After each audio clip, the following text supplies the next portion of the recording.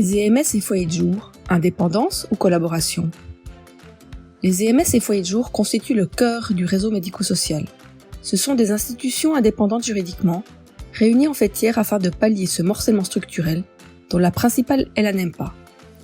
Le canton de Neuchâtel compte 52 EMS et 10 foyers de jour reconnus. Les institutions ne fonctionnent toutefois pas de manière isolée. Elles collaborent étroitement avec d'autres prestataires de soins et d'accompagnement, tels que les médecins, les services d'aide et de soins à domicile et les services hospitaliers, qu'ils soient somatiques ou psychiatriques.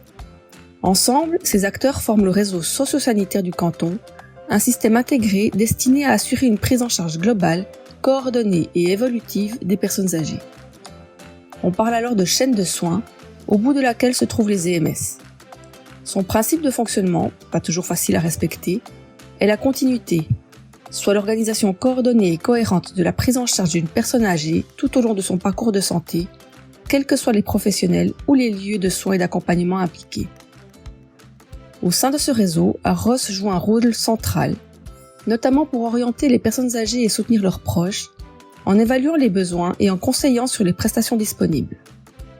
L'entretien avec AROS est d'ailleurs obligatoire avant toute admission pour un long séjour, que ce soit en EMS ou en pension.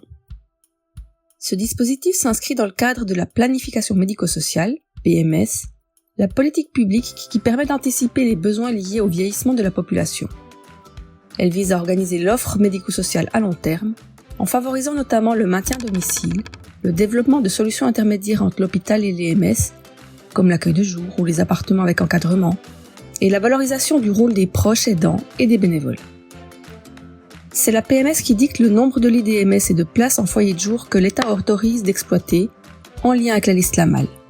C'est aussi la PMS qui définit les types d'hébergement et d'accueil, que ce soit pour les longs et courts séjours, avec les différentes missions gériatriques, psychogériatriques, psychogériatriques spécialisées.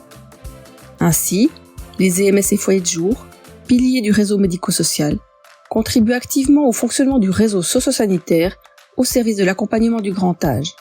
Ce réseau qui se matérialise également sous l'angle des conditions de travail, avec une convention collective unique, la CCT Santé 21.